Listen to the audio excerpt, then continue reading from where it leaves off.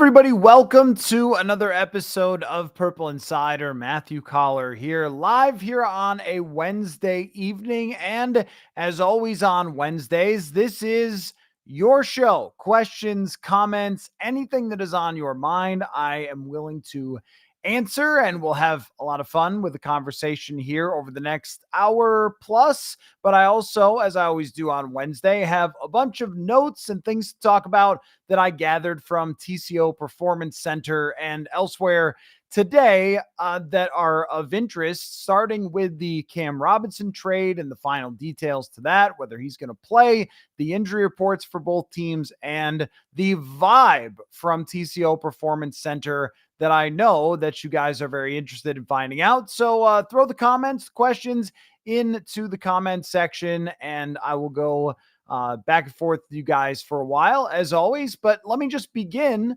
with where the Cam Robinson trade stands. So Cam Robinson arrived at TCO Performance Center today and was not at practice, which could make it a little bit on the dicey side for him to play against the Indianapolis Colts. It's certainly not impossible for Robinson to play, but Kevin O'Connell was not sure. He said basically that he needs to see Robinson practice for the next couple of days and figure out just how far he can come along. But O'Connell did say, of all the positions, left tackle might be one of the ones that is the easiest to get somebody ready for a single game. He said on all he calls them weighty downs, but the third downs and so forth, you're mostly talking about a left tackle, you versus the guy in front of you. And then he said it was going to be their goal to figure out just how far along Cam Robinson is, or how much of his previous offense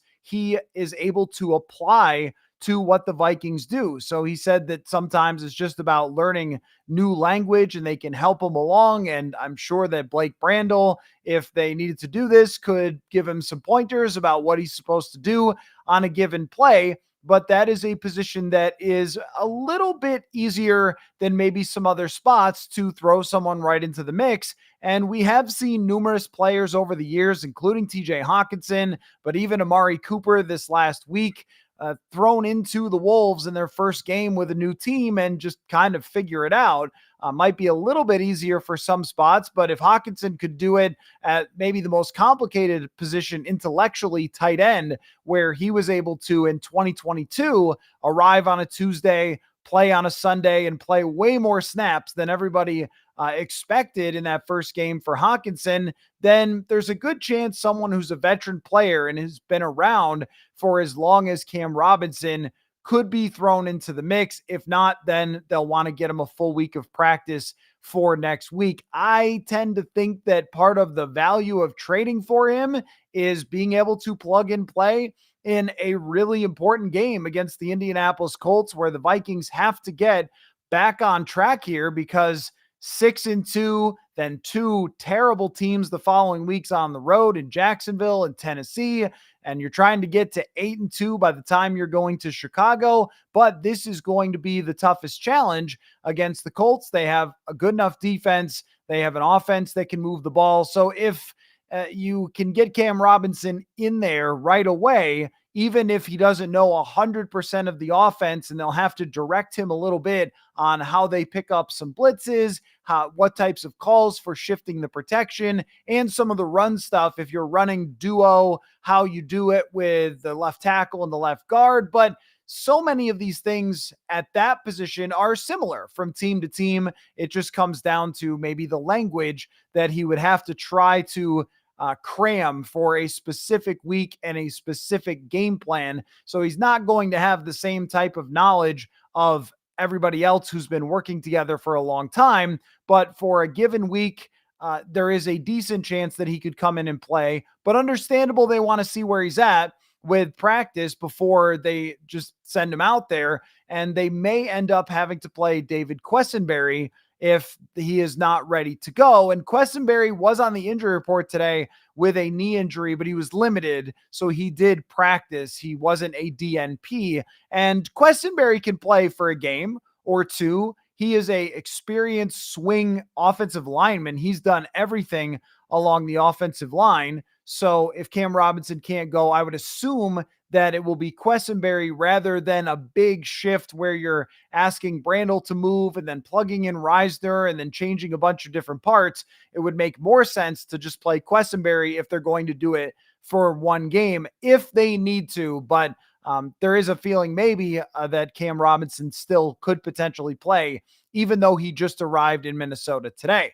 That's part one of the update on Cam Robinson, Minnesota Viking. Part two is that Field Yates of ESPN reported that the trade to facilitate the trade, this was his tweet, from Cam Robinson to the Vikings, the Jaguars absorbed over $7 million of his base salary. The Vikings will owe Robinson $2 million in base salary and $58,000 for each game that he is active the rest of the season. So you can put the math together there. 10 games left in the season, 58,000. So I won't do that for you, but the Vikings will not be paying Cam Robinson a whole heck of a lot of money. In fact, the Jaguars will end up, no matter what, paying Robinson more money than the Vikings will for the remainder of this season. So if that influences the way you feel about it at all, it doesn't really change a whole lot for me. But the fact that the Jaguars are the ones that are footing the bill for Cam Robinson to be here. So now we can officially put the whole trade together, that the Vikings get a conditional seventh in Cam Robinson. They send that fifth that could become a fourth potentially for 2026. And they will pay $7 million of his salary. So in my mind, and we went over it a little bit on last night's show, actually a lot bit in the emergency podcast, but it's just not a very high price to get someone with the amount of experience of Cam Robinson. When I dug a little bit deeper into Cam Robinson, sometimes the emergency podcast is just hair on fire and immediate reaction. One thing I did notice is that he has missed some games along his career. He did have a suspension at the beginning of last year, a PED suspension, where he missed some games, and he's been banged up at times throughout his career. And I think the biggest knock on him and the biggest difference between Robinson and Darrisaw will be in the run blocking. So the Vikings have had a difference-making run blocker, one of the best in the league at left tackle for this entire season. And now they're going to drop off to a guy who is routinely ranked in the bottom quarter of the league by PFF as a run blocker. I don't know if this influences the decision about Dalton Risner. I'll get to that in a second. If they would want to make sure that they're only downgrading the run blocking at one position. But as far as what Sam Darnold can do, it did not sound like from Kevin O'Connell that he feels like they will have to change a lot for Sam Darnold because he has Cam Robinson in there.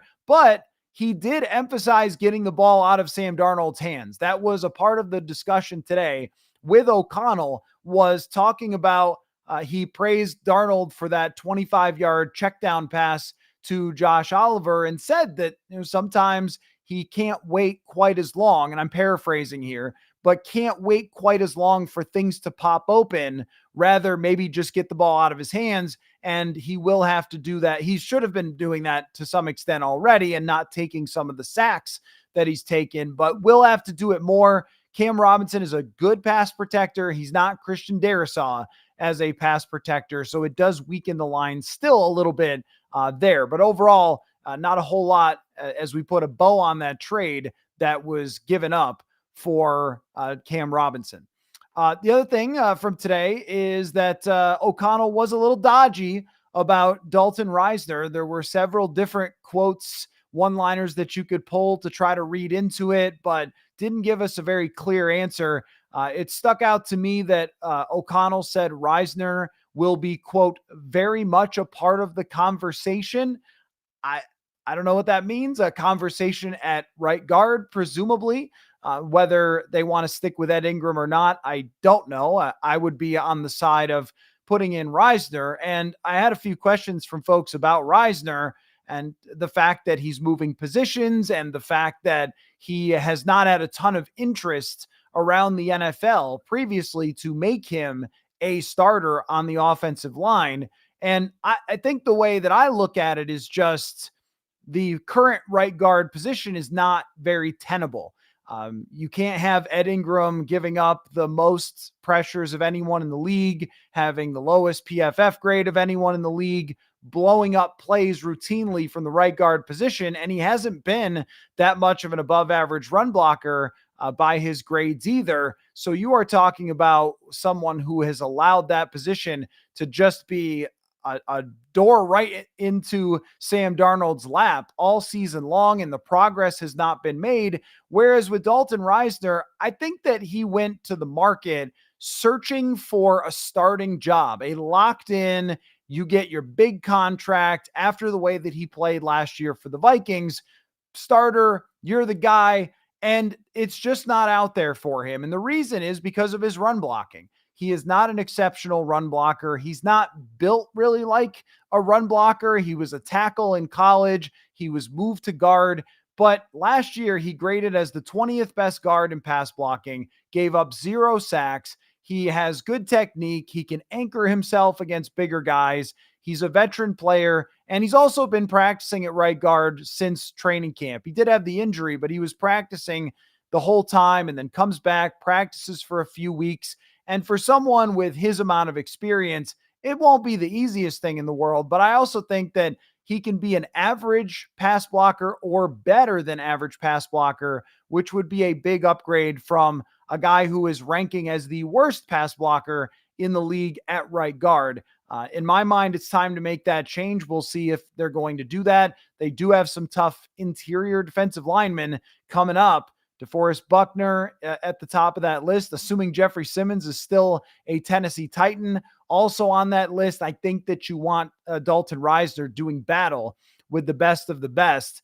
That is my opinion, though. That is not what Kevin O'Connell said today. He said he's in the conversation, and we will find out as we go forward what that means. I did ask myself, I asked Sam Darnold about the procedural penalties, which we have just talked at length about since the Vikings are at the top of the league in delay of games. They had to waste the timeout the other night, and he put it on himself and said that he just has to be better at communicating the plays, the details, and getting everybody lined up correctly. And so he did put that on himself. I still have suspicions about the play getting in fast enough for then him to communicate it to his teammates, but that has to change, and whoever's fault it is, this mini bye week is an opportunity to change it because that is what has been pushing them back and shortening some of these drives is just taking a silly penalty. Your chance to get a first down on 1st and 10 versus 1st and 15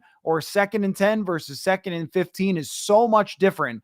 It's so much harder to get 5 extra yards. It's already hard enough to get first downs. It's so much harder to get extra yards. So he put it on himself, and it will be his responsibility going forward to get them on the right page or him working with Kevin O'Connell to find a way to get him on the right page. And just to give you the injury report, the Indianapolis Colts actually had a few key injuries, guys, today, but that doesn't mean they'll be out this week. It's just Wednesday. Michael Pittman, Josh Downs, Ryan Kelly, Braden Smith did not practice. Something to watch there. And I'm sure you all are wondering about Blake Cashman. Kevin O'Connell said he was feeling positive about the potential of Blake Cashman practicing this week and potentially playing on Sunday night. Does give him a few extra hours there for Cashman to potentially prepare, but he did not practice today. And O'Connell told us before practice that he was going to do some work on the side just to make sure he's back and ready to go to get back into practice tomorrow, that they're not going to push him too early. So as of right now, you would lean slightly toward Blake Cashman playing, and that would be a big deal to get him back. But without him practicing today, it does put that very much in question. And I think that they are a different defense without Blake Cashman from what they were the last 2 weeks. And as we talk about the reaction to Los Angeles, which I think has been interesting to watch play out on our live chats and on social media, Vikings fans' reaction to what happened against the Rams, we do have to keep in mind that the most important player on the defensive side, the guy who has been arguably Van Ginkel could be up there and Grenard, but arguably their most important player has not played the last couple of weeks. If they get him back, that should greatly improve what they have as a defense, since so much plays off this one player. And no matter how many times you point it out or you point out the short week or anything else, still the results were, I think, not acceptable. Number one, for a team that's going to compete, but also the response from Vikings fans to the results of the defense struggling, I think were maybe a lot, maybe a little bit too much considering some of the mitigating circumstances. It was a bit over the top, I think, to start talking about the Vikings defense as if they have no idea what they're doing now and every team's just going to shred them for 400 yards. This is the nature of how defenses work. Sometimes you have a weak link because a player gets hurt, like Blake Cashman. Sometimes you play one of the best quarterbacks. You play a great play caller. You get out schemed for a given week. That's how it goes. And that's the last thing I want to talk about just for a second, is that it has been really surprising to me, the amount of reaction coming out of the Rams game for the sheer number of people who have declared that the season is over. This team can't win anything. There's no point. There's no reason to move on. And I know we're all dramatic about football and we all overreact to football. I am certainly one to do that just as much as anybody else. But I also thought that maybe by now, maybe by Wednesday, as we turn the page to a very exciting Sunday night football game, we can take a little bit of a deep breath on what happened these last 2 weeks, try to look at it in context that the Vikings were probably going to lose some games at some point during the 2024 NFL season. They were not likely to run the table. And I don't think that we need to say that the season is over or that the defense can't respond, but it will be a very good test this week against Indianapolis to see how they do respond and how they do adjust. Because if Indianapolis does the same things to them as the last two teams, then I will be on the side of, all right, now it's time to react. Joe Flacco is a good enough quarterback to make the playoffs last year with the Browns. He's had one good game so far this year in 3 times that he's gotten on the field for Indianapolis. I respect Joe Flacco, but he's not Stafford. He is not Goff at this point in his career. And this is still a game where the Vikings defense at US Bank Stadium should dominate. And I want to wait and see how it plays out over the next couple weeks, especially this game, though. This is their toughest test to start talking about where this defense actually stands. Have they been figured out? Is the blueprint actually out there? This player's falling apart. This player's not good enough. Okay. I mean, it's not a perfect defense, but sometimes I think we put the expectation, if you're not the 2017 Vikings, you're not the 85 Bears, then you're just not any good at all. Defenses in 2024 are good some weeks and drop off other weeks. I don't know that there's any defense in the NFL this year that's just annihilating everybody, and that nobody is scoring against any defense in the NFL. This is how it's going to go. And the Vikings have a lot of talent on offense. Oh, and TJ Hockenson, I didn't mention that Kevin O'Connell said, yeah, he's good to go. Yep. So TJ Hockenson will be back. They've got a lot of talent. They're going to have to outscore people in some games if they're going to be good. But I just thought that this loss to the Rams seemed to really hit people in a deep place. And maybe that's because everyone got so hyped up about 5-0 and started to declare them as a 14-win team. Super Bowl, here we come. And you started booking your trips to New Orleans for the Super Bowl. And then when you get hit with that disappointment of any loss, it's going to feel so much worse.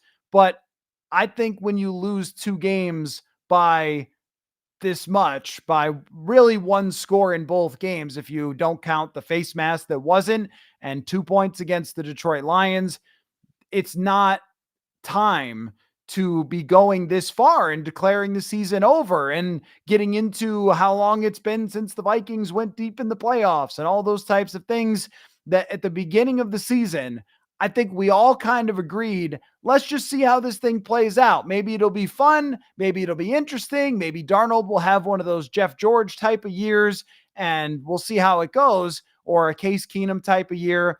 And we are somewhat in the midst of that, still very much, actually, really in the midst of that with 5-2, and as well as Sam Darnold is playing. And so I thought that we were all kind of on the same page of how to approach the season. And then they get to a certain point, and when they have a hiccup, a bump in the road, then it's, you know what? It's over. They can't win. I'm done. But that's odd to me too, because if you've been watching the rest of the NFC, the only team that is decidedly better than the Vikings beat the Vikings by 2 points. Everybody else is kind of neck and neck. And I just think that Vikings fans have a tendency, and this is Minnesota sports fans in general, to get really, really amped and then really, really disappointed when things happen because of how much disappointment has happened in Minnesota sports and to the Minnesota Vikings over the years. And the roller coaster of an NFL season is what makes it such an interesting and entertaining journey. That's how I want to look at what just happened, and also how they respond to it, what they learn from it may dictate how far this team is going to go. So I think that the reaction went farther than it should have for a lot of people because of what a gut punch it was after having a great start. And we never really accept the fact that defenses just don't do what they used to back in the day. If you had an unbelievable defense way back in the day, even the 2000 Ravens back in the 90s, you could shut down almost every single team and sack their quarterback like crazy and win. How about that year that Jim McMahon made the playoffs for the Vikings, averaging 5 yards per pass? The league has changed. It's a more efficient league than it was before. There's a lot of good quarterbacks still in the NFC that can move the ball. And, I really think that, this is kind of how it works, is sometimes you're going to have a team out scheme you or have a ton of talent and you have to match them offensively. And the Vikings didn't do that these last 2 weeks, but asking the defense to be the 2017 team, the league has even changed since 2017 quite a bit for how teams play. And it's much harder to be this complete shutdown, lockdown, destroy everybody type of defense. So their offense is going to have to step up if they're going to go anywhere, because you can't just expect a defense who is still in the midst of the building process. I think they have a lot of veteran players, but they have not been a completed project from what we thought they were going to be next year with JJ McCarthy and the cap space and all that. This was cobbled together in a lot of ways. So they will have to be better offensively if they're going to make up for some of the shortcomings. Christian says, you keep saying by 2 points. It's 2 points at home. We need the 1 seed when we play at Detroit, as at Detroit is going to be a worse outcome. I mean, yeah, it is 2 points at home, and that's the one that you want to win from Detroit, although they have gone to Ford Field and they've won at Ford Field before. I don't think that home field advantage is quite as much in the division as what it has been made to. But that Detroit team, we all agree, right? On the Detroit team, we all agree that Detroit is the most completely constructed team in the entire NFL, top to bottom. Even without Aiden Hutchinson, they'll probably make a trade for a pass rusher or something. They're the best top to bottom team. And the Super Bowl was likely always going to go through Detroit based on their roster and based on the preseason odds and everything else, the expectation for that team. And to play them neck and neck, to be one mistake away or to be one first down away with that team, I'm not looking at it and saying, wow, this team is screwed. That's my point. Should they have won the game? I thought so against Detroit. The opportunities were there to win that game. But if you're playing neck and neck with the team that is the deepest and best constructed in the entire NFL, I'm not about to declare the season over when you lose. And then not having any time to fix some of the weaknesses and going out to Los Angeles. I'm not saying these losses are good or like, no guys, nothing's wrong here. Nothing to see here. That's not what I'm saying. What happened versus the reaction. What happened in my mind was, okay, this is the NFL. You win 5 in a row with a certain strategy. The next teams are going to study that and they're going to figure it out. And they play great quarterbacks who can figure it out. So now this is the next phase of the season, is to bounce back and not let this drag your season down. And the schedule certainly opens up the door for them to be able to do that.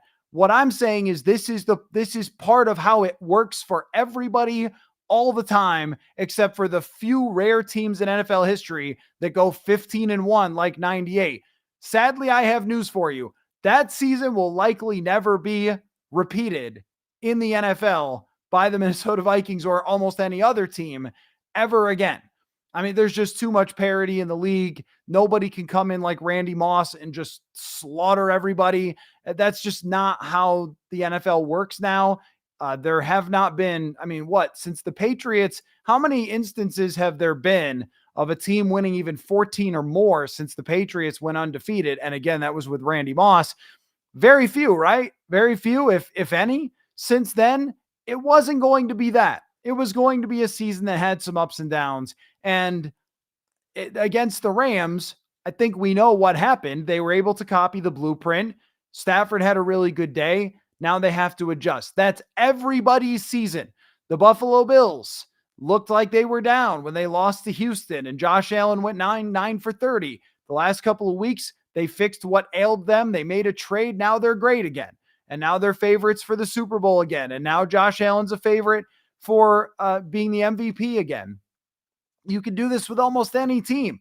The Ravens are going to have to deal with whatever is going on in their defense if they want to be a Super Bowl team. The Lions got off to a slow offensive start this year. They had a bad loss to a mediocre Tampa Bay team.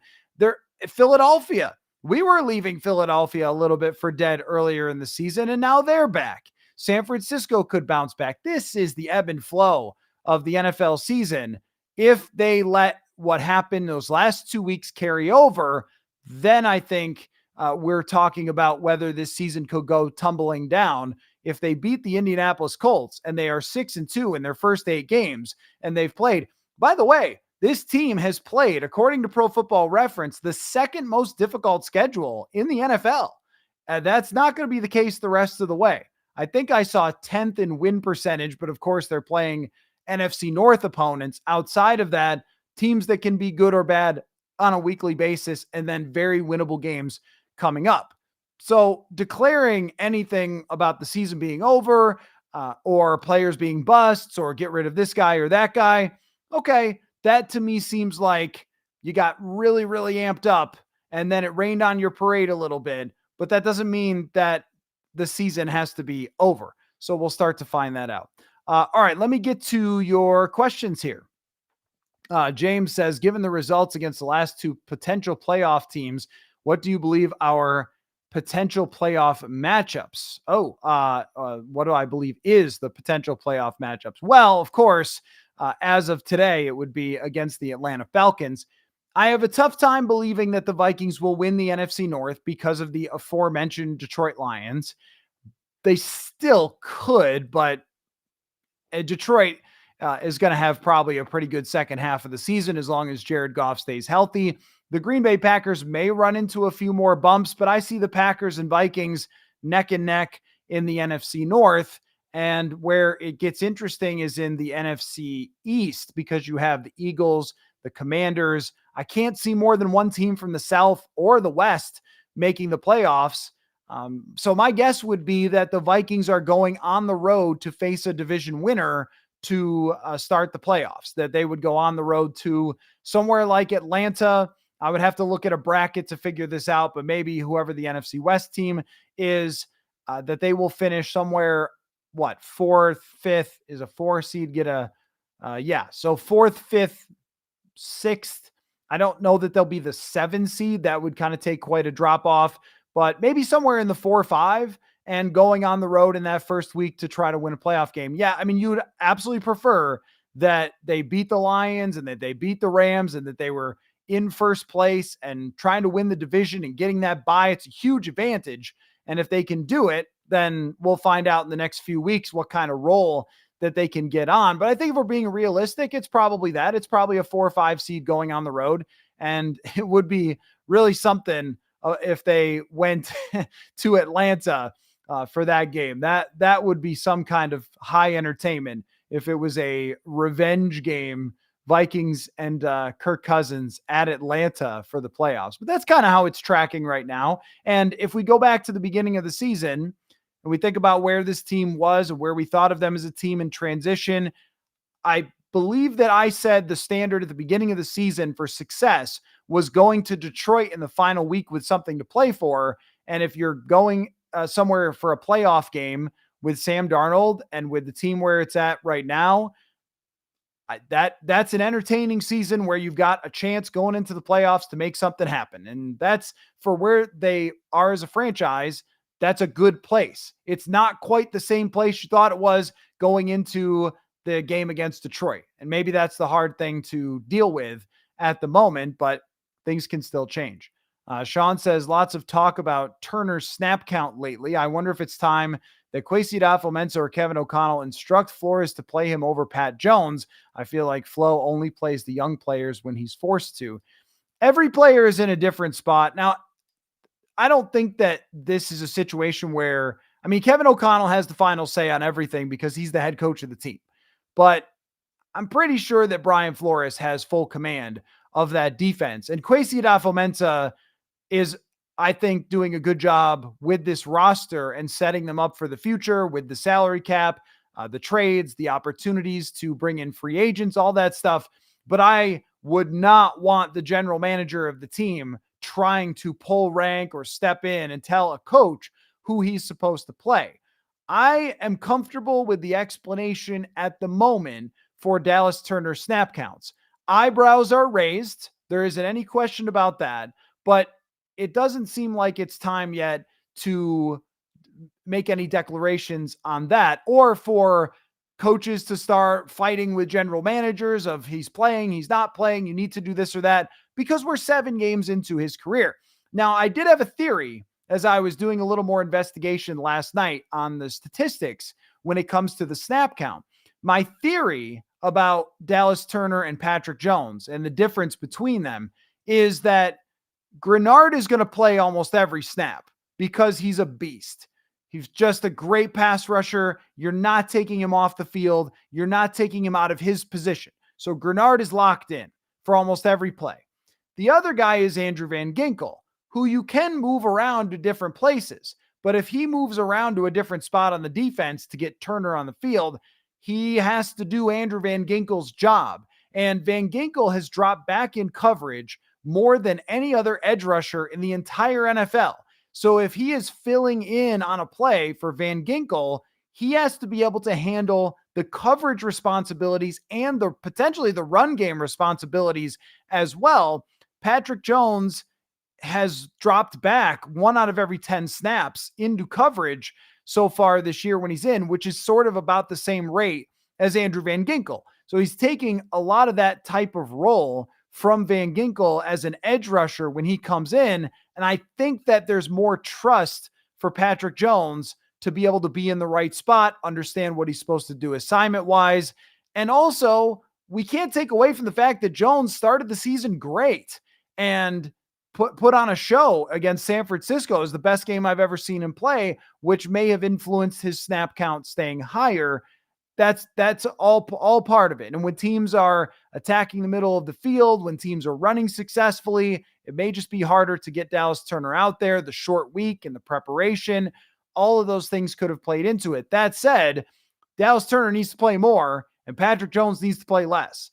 And if that doesn't change, and that's why everything comes back to this theme with where the Vikings stand right now, is I'm patient on the 2 losses back to back if they take care of business in the next coming weeks. I'm patient on not saying Dallas Turner's a bust. I did all the research about the guys who are leading the NFL in sacks for the last 3 seasons, and a lot of them didn't have sacks right away. Trey Hendrickson, Khalil Mack, a top 5 draft pick, did not have a lot of sacks right away. And then the next year, he became a beast. That offseason is big. The first year of development is big. Harold Landry was a guy in Tennessee that they talked about. This guy's a bust. He's not very good. And then he took a big step forward. Even Danielle Hunter, Everson Griffin, those guys became stars. They developed over a couple of years. We don't have to freak out. But if he's still not playing in week 13, week 14, and it's 5 snaps, okay, then we've got to talk about something, because where is that development? That's what I want to see, is the development come to fruition and Dallas Turner to get on the field more often. From the Pollock, I honestly don't think Kwesi places much more value on mid to late picks than the undrafted free agents, and I'm all right with that. That might be true because he knows that they can spend on undrafted free agents. And if we think about the odds of someone succeeding as a 5th round draft pick versus someone succeeding as an undrafted free agent, it might not be that different. You are talking about, I don't have this right off the top of my head, but the 240th player or whatever, 199th player versus the 260th player, is that an enormous gap. And they've been able to get a lot of talent. And I think that Gabriel Murphy has talent for the future. I think that Dwight McGlothern has talent for the future. They're developing, well, I don't know what the deal with Murphy is, but they're developing Dwight McGlothern on a daily basis in practice. He's not in there playing either as a young player. He's developing as well. And you're right that there is a trend with that. Pace Jr. is playing as a young player, but he's really the only one.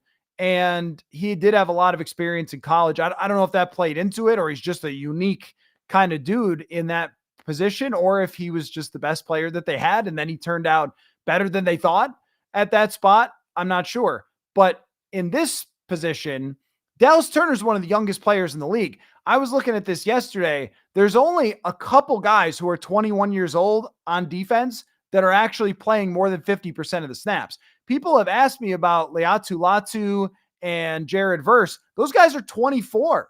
Those guys are 3 years older than Dallas Turner. So there's just different development curves going on all the time for different players.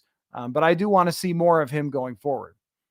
Let's see. Taylor says KOC's inability to implement short passes is beyond concerning. The final play of the Rams game felt like the infamous 4th and 8 against the Giants. Quarterback can't buy enough time for these long developing routes. Over the last 2 weeks, that really has changed by the numbers.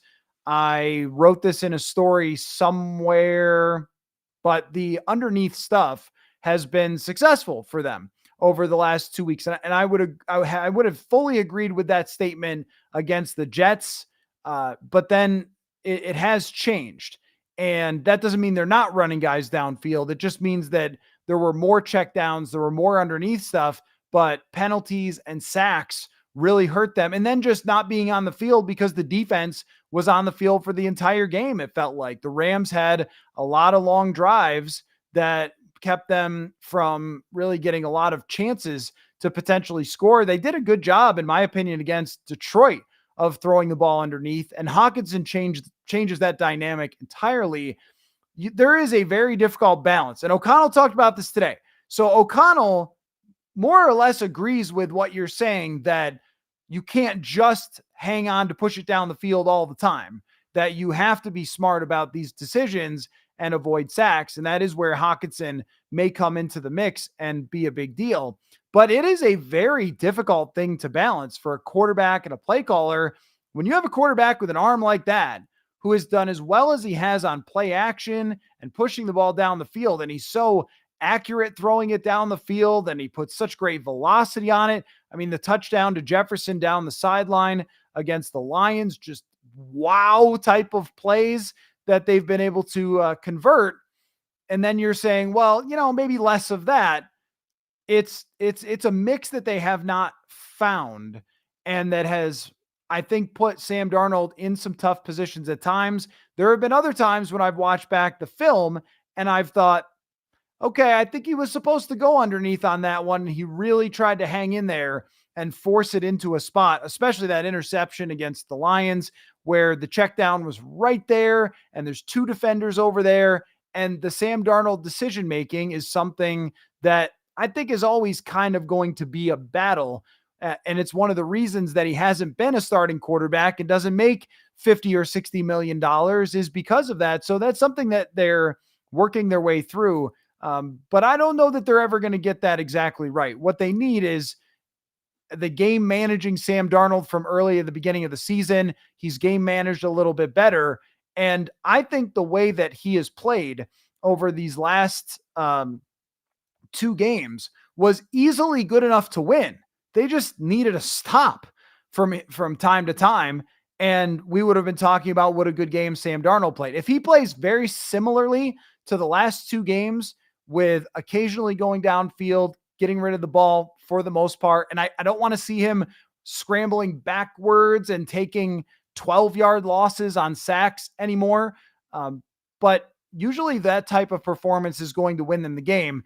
They got outscored the last 2 weeks. So I think there's an adjustment there, but I don't think O'Connell's ever going to say, let's completely take off the gas. Let's treat Sam Darnold like he's Jacoby Brissett and be throwing 5-yard passes all the time.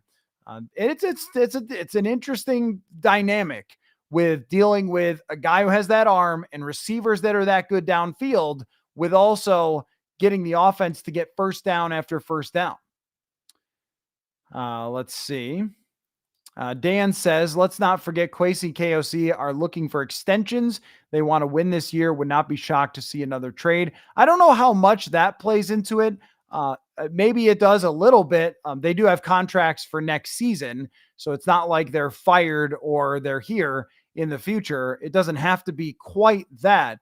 But I think if you're Kwesi Adofo-Mensah, what he has usually done is make decisions by where the evidence points him to, as someone who is an analytics rooted type of person.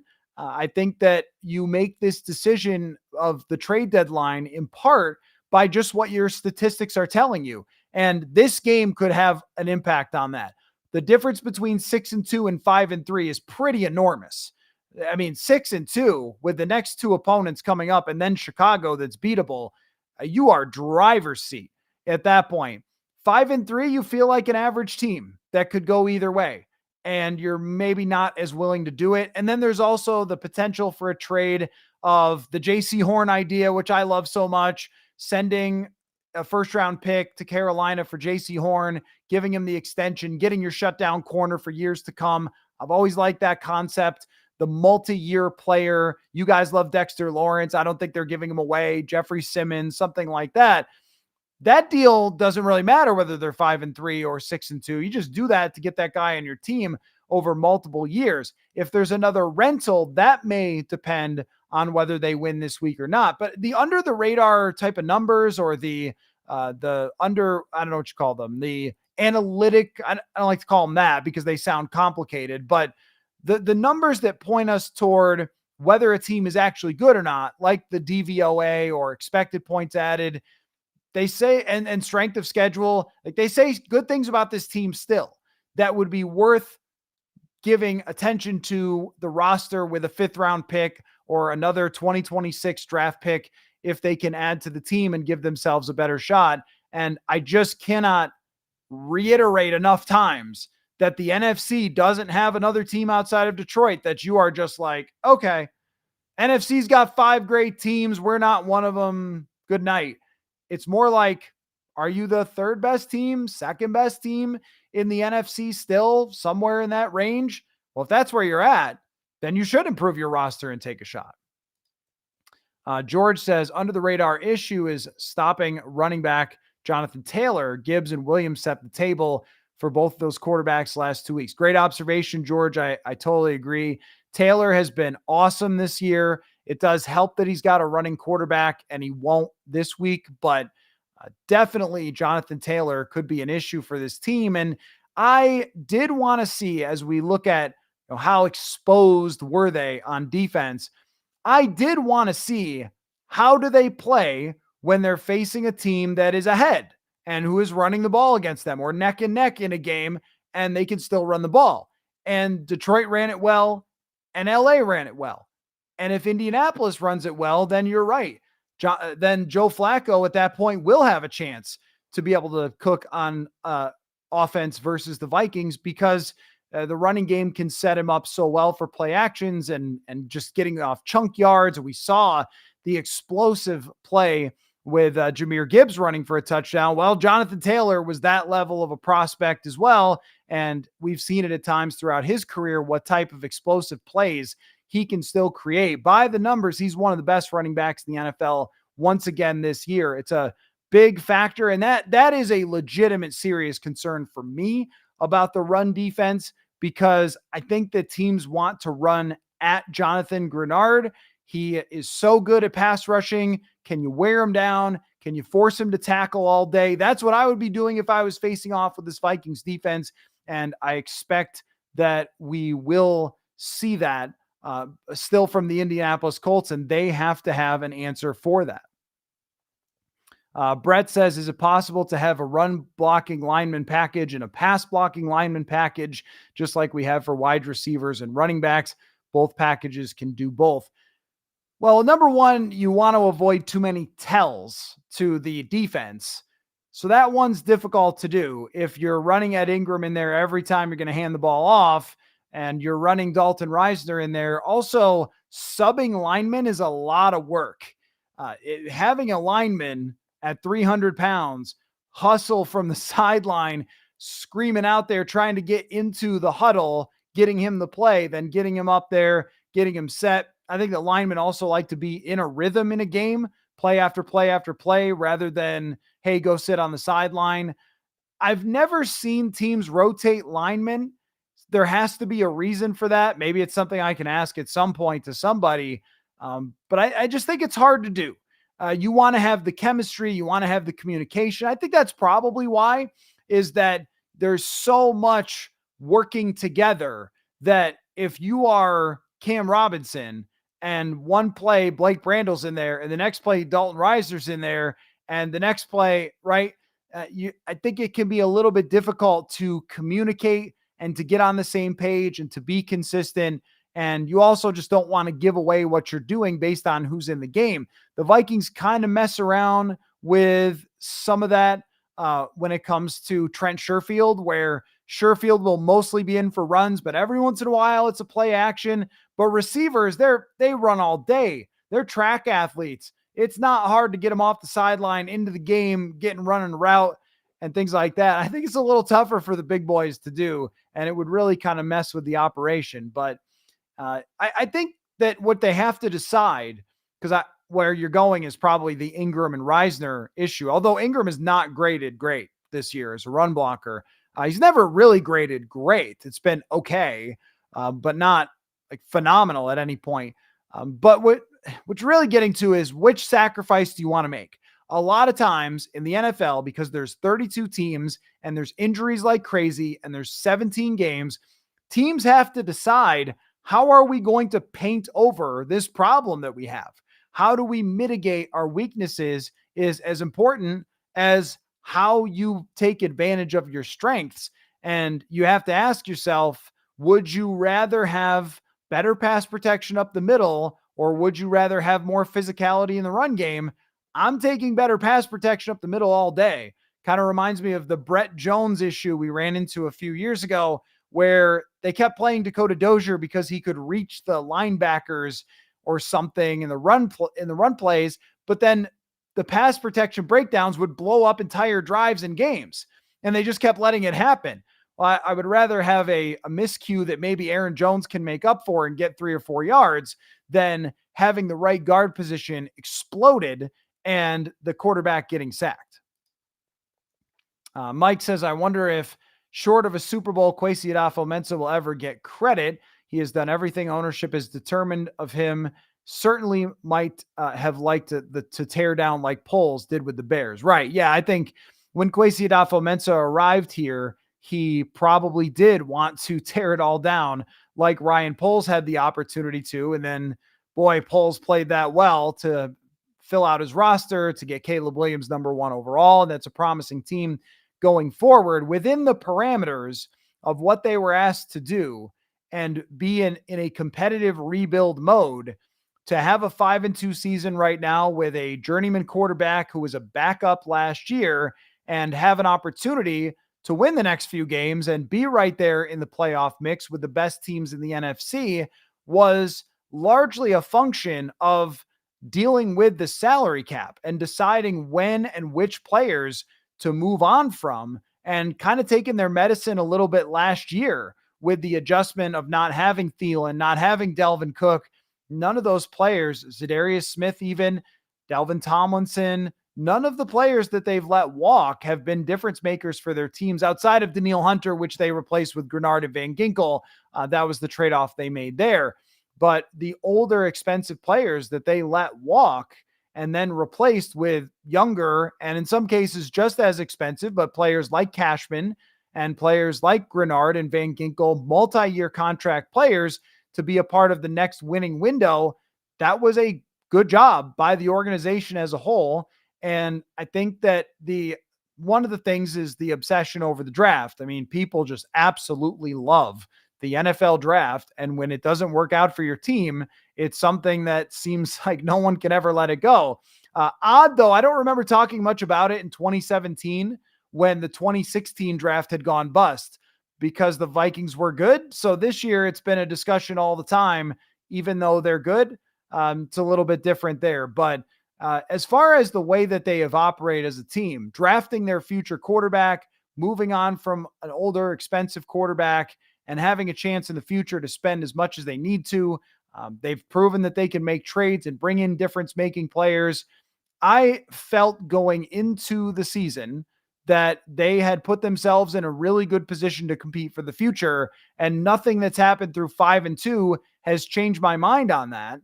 Even Dallas Turner not playing that many snaps, which maybe we all just had too high of expectations for how many snaps he was going to be out there for.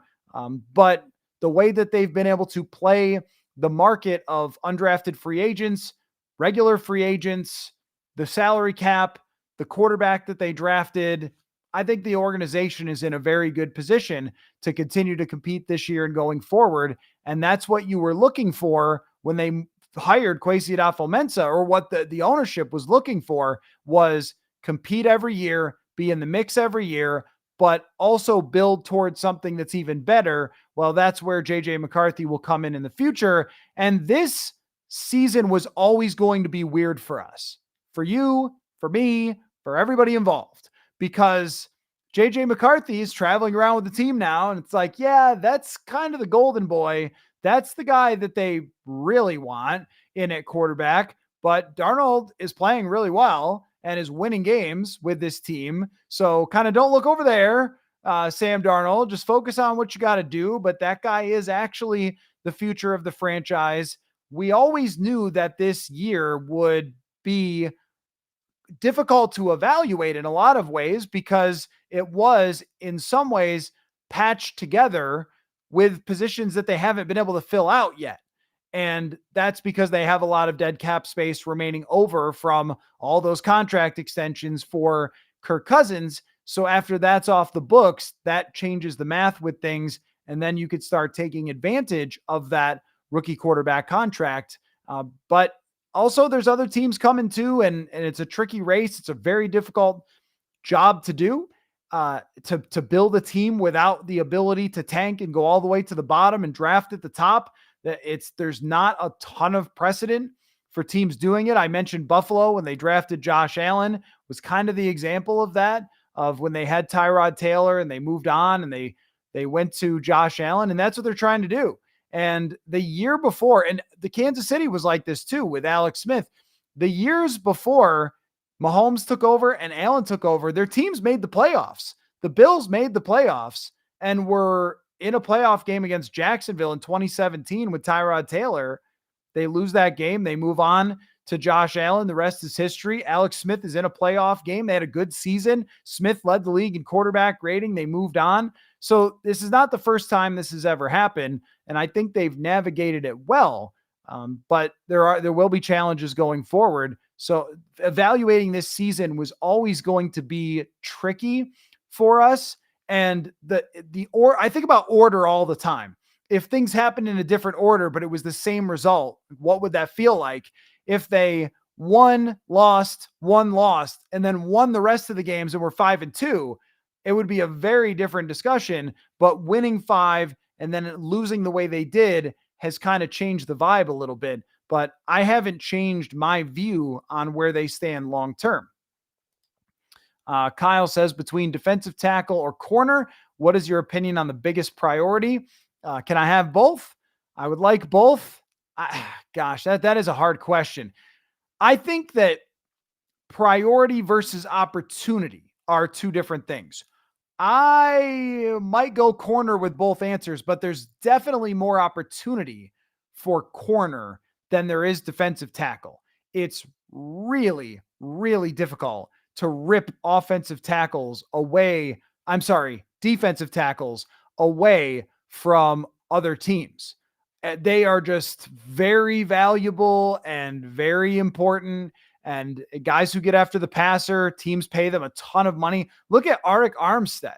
That guy got paid so much money, hasn't done a whole heck of a lot. He was banged up all the time. He was hot and cold for San Francisco. And he was a big free agent. Calais Campbell, who I wouldn't mind seeing the Vikings go after, by the way. That's a name that's been on my mind.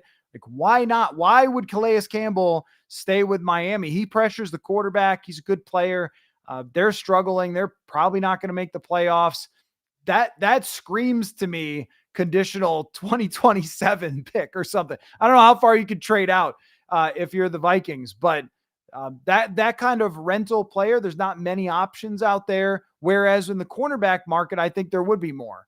The dream trade for me has always been J.C. Horn. For weeks, I've been throwing that out there, that I love that idea.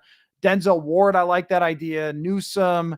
There's a few other players. DJ Reed, Nate Hobbs. There's a bunch of guys who are in that discussion who could be really helpful for the Vikings. That is a little bit more likely in my mind than defensive tackle. Let's see. Kudot says, seems like offensive line benefits a lot from continuity. Do you think having a new left tackle will affect the decision to keep Ingram versus Risner? 2 changes in the same week, harder to pull off than one. That's a good point. Yeah, that's a good point. Risner has played with these guys before, but he hasn't played that position, and continuity is a thing. I go back and forth on that, though, because I do agree with you. Continuity is important. Communication is important, but it might be a lot easier to do at home. They're on the road the next 2 weeks, and I don't think that the Jacksonville is a cauldron or something that's going to be difficult to play against, but the offensive linemen have a much better chance of communicating with each other at home. And if you're not doing it now, when are you doing it? Are you waiting till another blow up from Ingram, or is it week 12, week 15? When do you plan on doing this?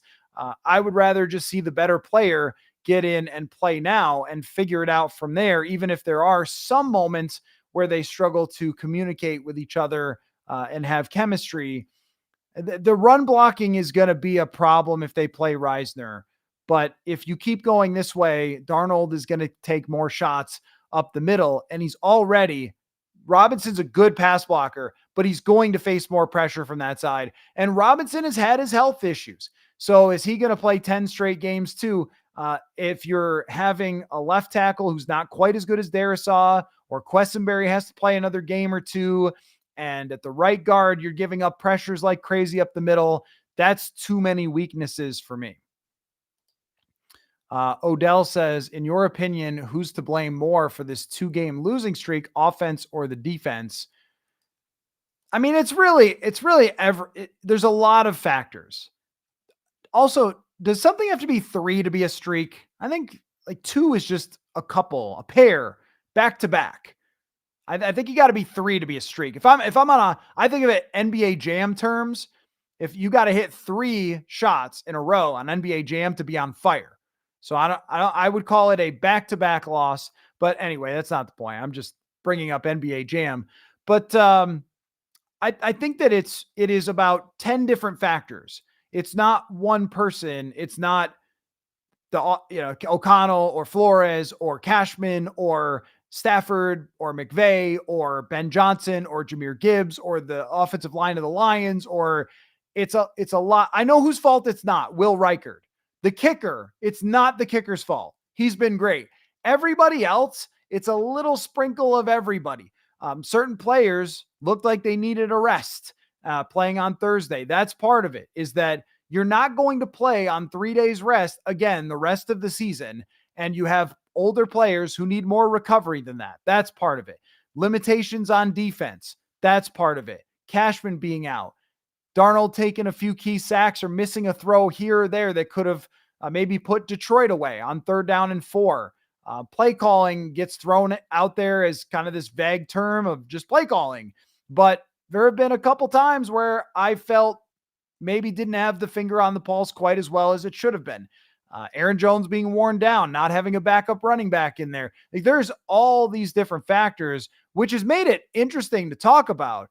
I think some of the reaction has been too much, but I think that breaking down the losses has been like peeling back the layers, something to really think about what's going to be a problem going forward. What can they fix? What can they change?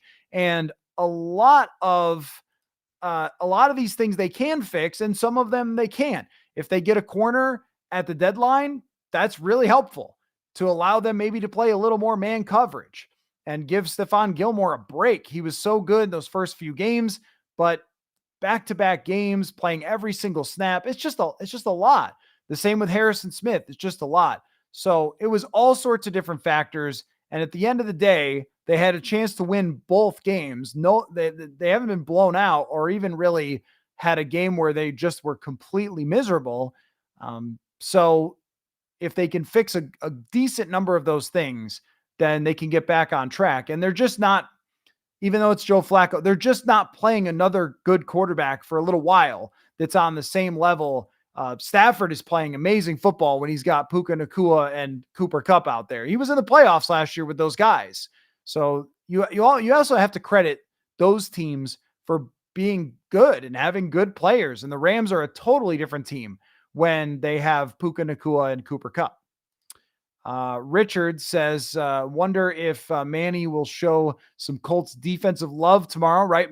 Tomorrow night, Manny Hill, as always, will do his favorite 5 defense, or not just defensive, but favorite 5 Colts players ever. Dwight Freeney, Bob Sanders, pretty underrated.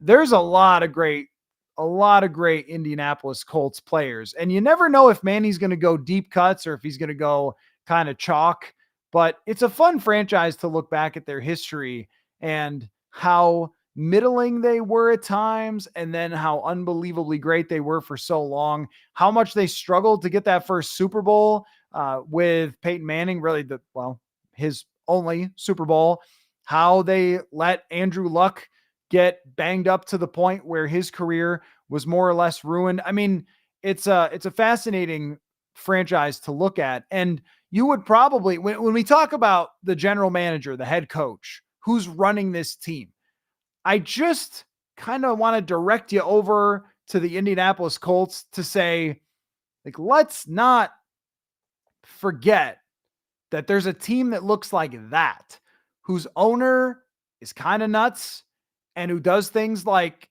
hires Jeff Saturday to coach them, and who drafts a development quarterback who needs 2 to 3 years to sit and then plays him right away. And then he gets hurt and now he's benched, which, by the way, a really good response and reaction by Anthony Richardson to being benched. I thought his response was very mature and good today. But still, like that organization is just stuck for so long. And even benching Anthony Richardson feels like still stuck. Earl says, let's just crown Detroit. Why don't we? Shaking my head. People always get mad when I give Detroit a ton of credit and they keep beating the Vikings. What do you want me to do for you? They were in the NFC Championship last year. They're a catch away from going to the Super Bowl. They've got the strongest roster. Let's go back 2022. They smoked the Vikings. 2023, 2 games in a row, they beat them. This last game at US Bank Stadium, they beat them. If you're going to send me messages like that, your team's got to beat them once in its current version. They're the best, and I agree with K-Mac here. The Lions are the best top to bottom roster in the league. That's just a fact, dude. That's just a fact. I mean, I don't know what you want me to do about it. If the Vikings were in the NFC Championship last year and beat the Lions, is this 4 straight times? then I would say the Vikings were better. The facts are the facts. There's only so much I can do there, man. Ty says, never really got amped about this season. Every good season since 98 is waiting for the other shoe to drop. I've never been disappointed in my expectation of disappointment.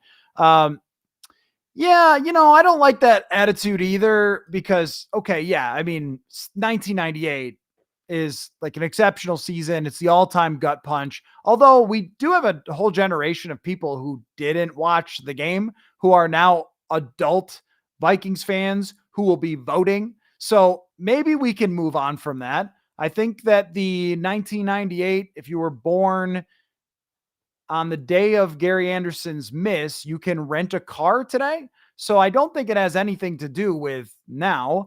I also don't think that any other season has anything to do with now. I don't think Blair Walsh does, or Dante Culpepper's knee, or Teddy Bridgewater's knee, or Sam Bradford's knee, or anybody else. I think that every season is its own thing, and we should adjust accordingly to how we feel about it. And we have to keep in mind expectations, where the season fits within the team's roster build and their aim for the long term, all those types of things. But this year, I think when they got to 5-0 and they were leading the league in point differential, everybody had a right. I was not saying, guys, the next shoe's going to drop. They're going to lose the next two. I didn't think that. I thought they might lose to Detroit. I think I picked them if Aaron Jones was back, but it was, very thin margin. And I thought they would really blast the Rams. That didn't happen. That's the NFL. 99% of the time, even when you're good, is that some weeks it doesn't work out and other weeks it does, unless it's 98. But 98 is an all-time great season. So everything immediately gets compared to that, but it is truly all-time. And think about this. The most recent season, the only great season I've covered, which was 2017. It's the only great Viking season since I got here. They were 2-2. And at that point, after 4 games, I think the vibe was probably the same. It was, this team can't go anywhere, and that sort of thing. You just don't know how it's going to play out. My first season here, they blew a 5-0 lead and missed the playoffs. And my second season, they were 2-2, and I thought the season was going nowhere, and they made the NFC Championship. 2019, how about that? That game in Chicago where then Diggs does the truth to all rumors, I think that dropped them to 2-2. They finished 10-6, but they didn't play starters the last game of the season. Then I thought they were going to get killed by New Orleans and that Zimmer and Spielman were going to be fired on the spot, and they beat the Saints. And then when they went to play the 49ers, I thought they could beat this team, and they got killed. I don't know. I can't predict football. I don't know where this thing is going. This was supposed to be a year to go, all right, let's just see. Maybe it'll be fun. Let's not lose the perspective on that, because it starts to get more serious if they trade a first round pick for JC Horn or something, then it's very serious. And I'm not saying it's not a serious season. They're 5-0. They should have very high expectations. I think it was 17 of the last 20 teams to go 5-0 made the playoffs and the divisional round, something like that, whatever, definitely the playoffs. You go 5-0, you've raised the bar. And we should evaluate it through, are you a real serious type of team? But we also can't lose the perspective on letting this season play out because of where the team stands, and maybe reality hit a little bit and that was hard. But I just don't think that you need to completely change your stance on this season based on the last 2 games, because there were so many factors. And if we're evaluating it through a championship caliber type of lens, they have still a lot of the numbers that say that. DVOA is the one that I go back to, where they're third in DVOA. Like, they haven't totally just veered off. But I also think that we can ride this roller coaster, knowing that not every season is going to be 1998 and go 15-1. Jason says, are we going to root for the Packers against the Lions on Sunday? You root for a tie. No, I think you do root for the Packers. Yeah, it's uncomfortable for people, but I think you actually do root for the Green Bay Packers there. By the way, got to get in an ad read here. And if somebody has a fantasy question, I would love that. That would certainly help for the Underdog Fantasy Read. So hang on. Let me silence my phone real quick so I can tell you about Us Days at US Cellular. It's back again. Exclusive offers just for customers, just to say thanks. Right now, you can get $1,200 off any phone plus $400 off any tablet. Amazing, right? But my family is so excited about their new devices that they keep texting me during the show. They're all about Us Days deals like $1,200 off any phone, $400 off any tablet. Terms apply.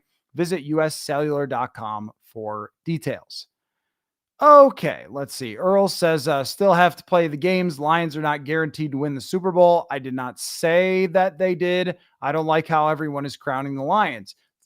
It's just the truth. It's just the facts, man. The Lions are the best team in the league right now. And if that changes, then we'll talk about it differently. But they just are. They're just the most complete team in the NFL. What is that? What is people's deal with crowning stuff? Like, I don't understand. Like, using all the facts we have, plus the most recent matchups against the Vikings, which the Lions have won, to make a statement about how good they are. That's I don't know what a crowning is. That's why I joke about it, because I don't even know what that's supposed to be. That's just what it is. They're the team to beat until they're not. But right now they are. Kudot says, how did Ty Chandler go from promising young back at the end of last year to unplayable? Even if he did not get better, now he is unplayable. Yeah, that's a good question. It is a good question. And I think that part of it is just the nature of coaches and how coaches are. They're like this on offense and defense. Harrison Smith does not come off the field because Harrison Smith is the best player. And if they take out Harrison Smith to give him a rest, and Theo Jackson or Jay Ward gives up a touchdown, they cannot live with themselves. They will be beside themselves if that happens, if they were taking someone off the field just to get him a break. And when it comes to Aaron Jones, and having only 50 plays is part of this, but you're just in close games, not taking Aaron Jones off the field. He's just too good. He's one of the best players in the NFL. And this is why they had to go get Cam Akers. But I think that what happened with Chandler is that he's been given every opportunity to do this, to learn what he needs to learn in KOC's offense, and it hasn't happened. The explosive plays haven't really been there, and the pass blocking has been problematic. The details have never really been shored up. And if you can't trust somebody to go out there and run your offense or catch a pitch, my gosh, that was just so tough for him. I know it's just a physical mistake, but you can't have that. If they score on that drive, it's a different game against the Jets, and they don't give the Jets any chance to get back into it. If they have another, I don't remember exactly how it played out, but if they have another drive that goes down and scores, and you're making Sam Darnold make a tackle on a run play, there's been a few pass rush problems where he's given up pressures, he's committed a holding. Like, those are the small things that, I looked at this before the season. Aaron Jones had not given up as many pressures in pass protection in the last 5 years as Ty Chandler did last year.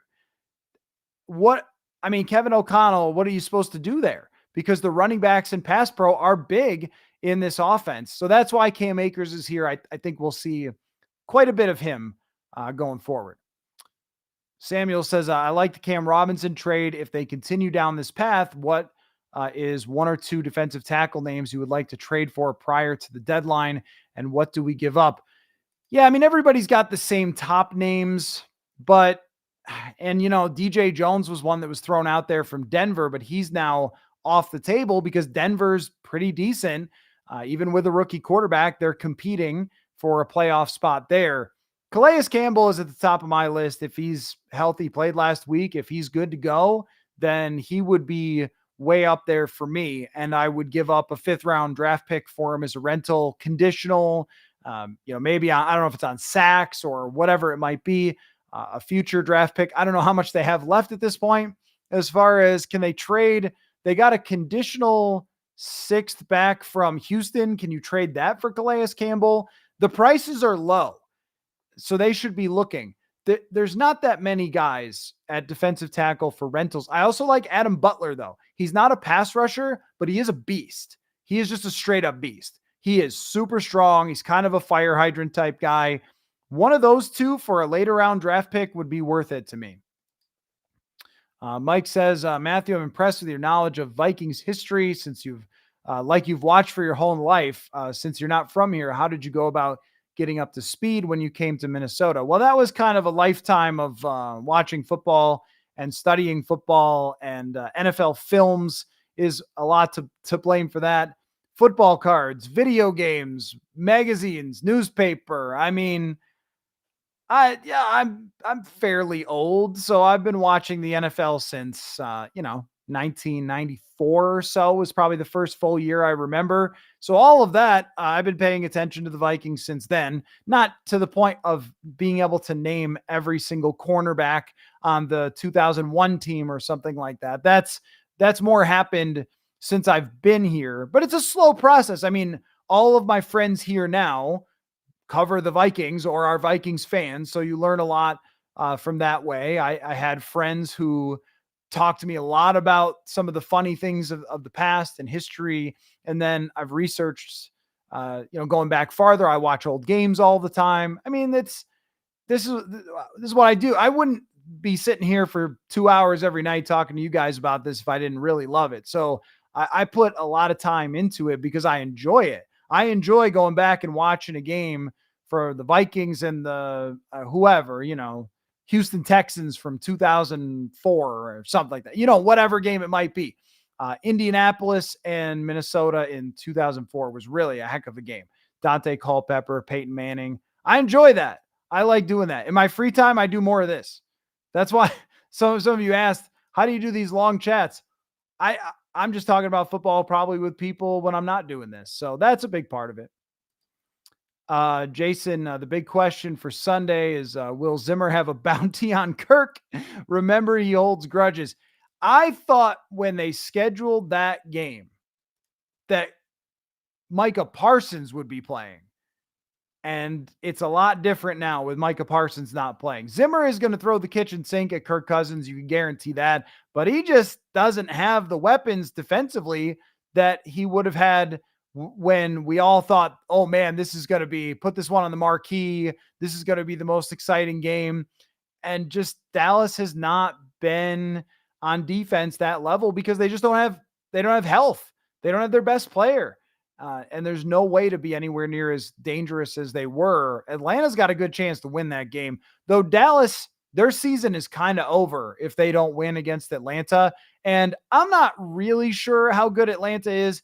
They beat the Bucs with no wide receivers. They had 2 wins that happened at the very last minute. The Bucs have a horrendous defense. I mean, this is, if you're Kirk, this is why you go there. Because you're not going to play anybody in that division and you're getting free wins. The Bucs have become his Lions, which is kind of funny, but I don't know who to pick in that game. I kind of think Dallas should bounce back. Atlanta's got a bad defense. I don't know. Who do you root for? Zimmer or Kirk? That's an interesting one. Romaine says, what can we expect from Addison on Sunday? Yeah, they're going to give him the ball. Yep. They're going to get him the football. I think that's something that we'll definitely see with the way KOC talked about getting the ball out quicker to some of the underneath routes. I think he's going to do to do that with Jordan Addison to get him going and try to focus a lot on that. The ball needs to be in Addison's hands. He needs to be in rhythm, catching the ball. He's been good in terms of his separation, his route running, all that. And Darnold's got to find him. So I think that should be an emphasis this week. And it's not a bad thing. This is a very good wide receiver that needs to catch more passes. We tend to only worry about Jefferson's targets. And then, okay, all right, he's got 10 targets. We're okay. Anybody else, who cares who gets the ball? But Addison has shown an ability to make contested catches, to get open downfield, to catch a 50-yard pass. He can do all of those things. He has to be ready. But that it should be an emphasis. Kudot says, catching up on the stream, Matt is still shocked at crazy fan reaction to losses. Well, shocked is the wrong word. It's more of that I found this one to be interesting, the reaction. I am not shocked that football fans are upset when their team loses a game. But I also think that if a big part of what I'm doing here is talking with you guys, that your reactions to things that happen with the team are worth talking about for me. So why was it so upsetting that they lost to the Rams in a way that seemed to push into the red panic meter, slam the panic button, the season's over when they dropped to 5-2? And even Matt Daniels kind of made a joke about that. Like, it felt like they were 2-5. And it has felt that way a lot this week in chatting with you guys. It does feel like when I see people saying the season's over, I'm like, okay, why is that? Why are we saying that? Why is the reaction what it is? And that's what I'm parsing through. I'm not shocked. I cover the Minnesota Vikings. You have to do a lot to shock me. Don't make me go through all the crazy stuff that's happened through the years of covering this team. I'm not shocked by anything. I am interested in it, though, because we do these chats. Let's see. Expose says, how's the process with JJ McCarthy been with him in the building and in games? Have those mental reps been ongoing? Yep. He is going to meetings. He's meeting with Kevin O'Connell. He's now at the games because he's back on his two legs. And I saw him the other day and said, hey, congratulations on being out of your little wheelchair cart thing, because I'm sure that has to drive a pro athlete absolutely insane. So it seems like everything's coming along pretty well. And they're doing things where they videotape on the helmet in practice of Sam Darnold and the audio so he can watch it and listen to it and learn from Sam Darnold. I think that overall it is a really good experience for him to be able to learn from Sam Darnold. I mean, Sam Darnold is a good NFL quarterback this year. He's a pro. He handles his business. He understands football really well. And this is a good guy to watch. And also to learn from some of the things that Darnold does that aren't that great. Holding on to the football is one of them. Maybe getting the ball out to some areas a little bit quicker. I think that this experience will be overall a positive one for JJ McCarthy. And now, after seeing some of the other quarterbacks in the league fail, I believe in it even more. And I think it would have been smart to keep McCarthy on the sideline the whole year, even if every interception thrown by Darnold, we would have been calling for JJ McCarthy. But I think patience is good here. And he is learning a ton from everything around him, the NFL ups and downs, seeing what a building is like at 5-0, seeing what a building is like at 0-2 in the last 2 weeks. Mike says, to piggyback off the comment about Poles playing to it perfectly and acquiring Williams, wouldn't you say that they completely lucked into that? If Young had done anything, they wouldn't have gotten Williams. Yes and no. Think about this. If you are at a poker table, what is your goal? One of your goals at the poker table is to find the mark, is it not? That is the job, is to find the mark. And what Ryan Poles was able to do is he found the mark. The mark was the Carolina Panthers. They were a team that was in disarray and a team whose owner was pushing for them to move up and take a quarterback no matter what. And so they took advantage of it. Yeah, they lucked out, but did they really? I mean, look at the quarterbacks in this draft. Did they really? Even if Carolina was decent, what do they end up with? JJ McCarthy? I mean, that's a pretty good quarterback prospect. So I think that it was really well plotted out from Chicago. They did luck out, but they also had a top 10 draft pick themselves. They were getting a quarterback this year. They knew how strong it was. I just think that it was really well played. And yes, it's luck to get the first pick, but even if you got the second pick, that's Jaden Daniels. The third pick is Drake May. Michael Penix might be able to play, and then I think JJ McCarthy can. So this could be one of those draft classes where everybody's good. It happened in 2020. It might be happening again. Let's see.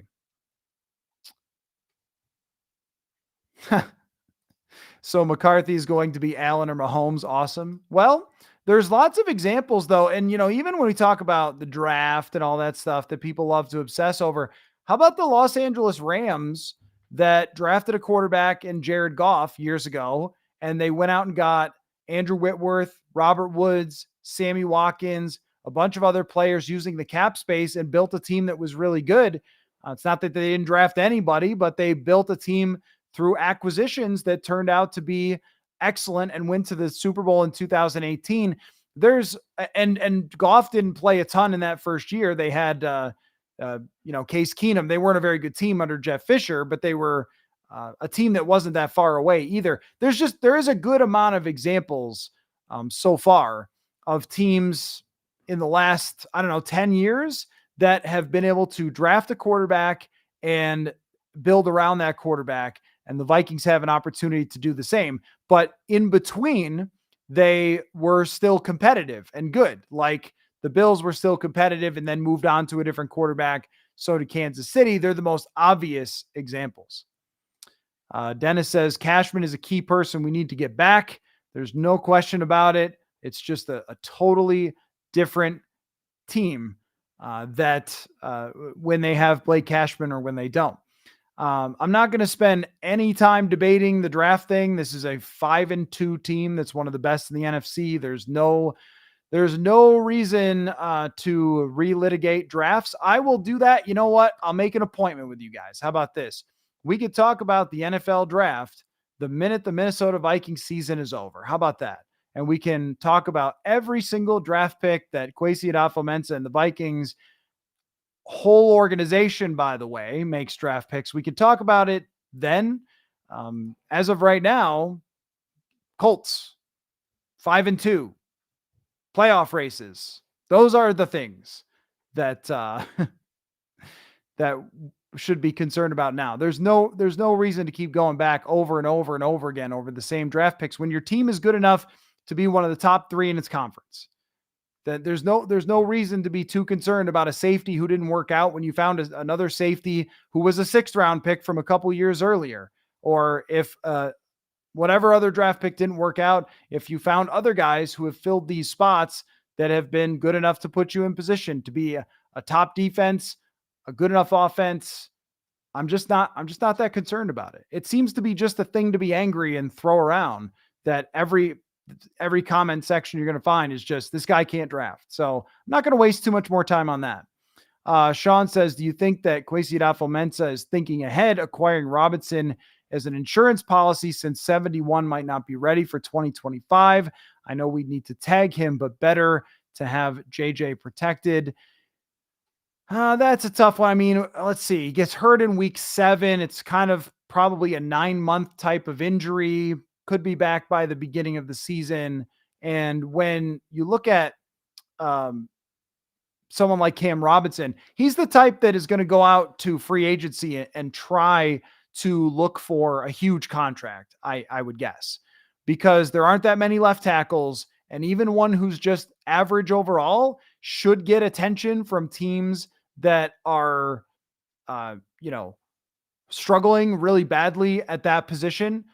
That's where you're going to see Cam Robinson get attention in free agency. I don't think he's going to get the biggest contract in the world, but tagging a tackle is different, but they need to be, because isn't it that the offensive line has all the same franchise tag prices or something? I forget how that works, but they need to be thinking a lot more about where that money's going to get spent for next year than that position, unless something goes wrong with Darrisaw's surgery or recovery. Then it's a different story. But I think he should be back, and they can always have, Walter Rouse develop to play a couple of weeks to start the season, similar to how they just had to survive Johnny Munt and Josh Oliver. You're always doing that in the NFL. Always. This guy's hurt. Somebody else has to play for a couple weeks.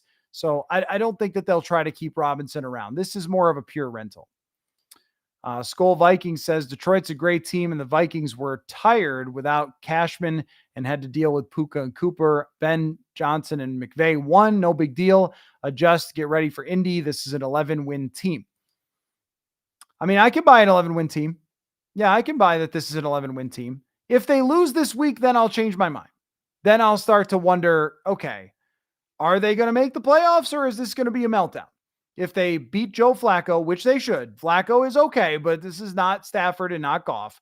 If they beat Joe Flacco, then they should be on track to get rolling in the same way that they were before when they were 5-0. Only now it's teams that are much worse than that.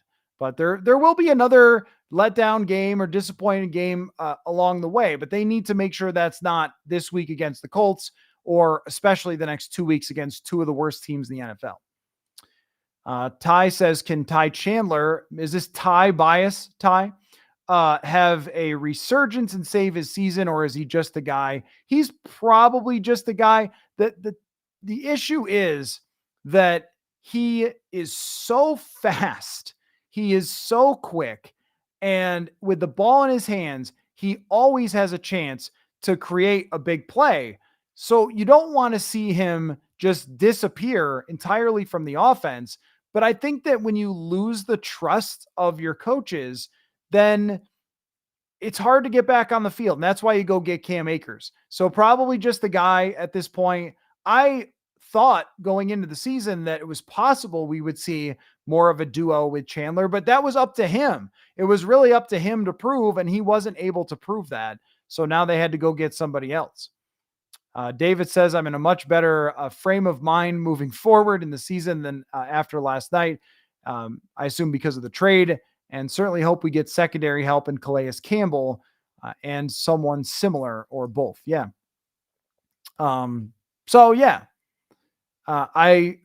think if they continue to improve the roster with trades over the next week, next Tuesday is the trade deadline. Naturally, there will be a recap live stream chatting with you guys at the deadline, or an emergency podcast if there's a big Vikings trade, or if nothing happens, we'll still talk about that as well. But I think that there is still moves to be made here, and getting Cam Robinson is a signal of that. It's a signal. Hey, we're not just disappearing. We're not just giving up, that kind of thing. That they think that they can continue to fight. And that's, I didn't really mention that about the vibe, but having been in the locker room today, talked to a handful of players and also O'Connell, Sam Darnold, I just didn't feel a lot of tension. I didn't feel it like this team is starting to panic or starting to think that they're coming apart at the seams. Now, again, maybe if they lose, then you will end up with that a lot more tension, a lot more guys who aren't happy. But as of right now, I think that this team does believe in themselves as still being a team that should be in the playoffs and still be good. So there doesn't seem to be any evidence of them feeling like, oh, we were frauds, especially with the Cam Robinson trade. Okay, a couple more questions. I haven't eaten dinner yet, so I got to do that. Digital Plains Media says, what's your gut feeling on the level of confidence in this team after dropping 2 straight? Seemed like with the Zimmer regime, the players would take 2 straight losses pretty hard. Yeah, the vibe would definitely be different inside the building. It was way more tense. They also had a lot of pros, though. They had a lot of guys who had been around for a while who kind of knew how to deal with that. And that team often scratched and clawed and then fell short at the very end. They had seasons where they started 1-5 and then almost made the playoffs and came short in a game. Or the 2018 season was kind of calamity. But one thing that would happen with a Zimmer team is that there was so much stress throughout a season that by the time they got to the end, I think that they were emotionally taxed, mentally taxed by so much drama and stress that was created by the environment. And some of it was not Zimmer's fault, but the overall environment of the Everson Griffin issue in 2018. And that team got back into the race, but eventually just seemed to run out of gas toward the end of the season. They also had to fire a coordinator, and that's a lot of drama too. Just those things would add up over a season. And this is where KOC, I think, does a good job, is that he doesn't let 2 losses in a row, and this locker room has not let it feel like it's 5 losses in a row. That's as of right now. Next Monday could be a different show. Sean, I agree with your take on Turner. It's hard to break. It's a hard group to break in. Yeah, defensive tackle or defensive ends, pass rushers, especially when they played so well. Oh, I see what you mean. It's a hard group to break into when they have Van Ginkel and when they have Grenard. Yes, Dallas Turner. I had him playing more, being more productive, so the depth is good. Yeah, I think that as time goes forward, that we'll see more. We will see more of Dallas Turner, and then we'll be able to decide where we feel like he is going into year 2. But I just don't want to decide yet. Scope says, I think it's more Darisaw related. Yeah, that's right. No, that's right. The Darisaw injury was really, really crushing. Yeah. Yep. It was really, really hard for, I think, everybody to take, because Darisaw is such a good player and a person who just does his job all the time. There's never anything with him that is dramatic, or that he struggles with anything, or he's not out there in the media or anything else. Like, he's a very, like, go about your business type of guy, very calm and cool, and just does his job. And so he's one of the most likable guys that is on this Minnesota Vikings team. To see him get hurt, that was crushing, I think, for everybody. All right. Let me get one more question here.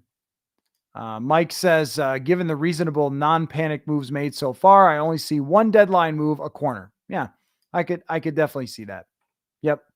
I could definitely see a corner. That would be at the top of my list. I think I would have that ahead of defensive tackle, corner, because they need just someone to rotate that they believe in. They don't like Evans, clearly. Morrow is maybe not what he used to be as a reasonable starter for some other teams. Can you get somebody who's a difference maker? And then the question is, how much are you able to give up? How much are you willing to give up? If it's Denzel Ward, well, give up that first. If it's JC Horn, give up that first. If it's not, then maybe a fifth gets it done, because the prices are so low around the NFL. I will be very interested to see. So tomorrow night, myself and Manny Hill will be back here. Thanks, everybody. Great evening of discussion tonight. Really appreciate that. So there will be more that we glean from the Minnesota Vikings out at TCO Performance Center tomorrow. And then we start to get ready for the game. Hardcore preview with Andrew Kramer.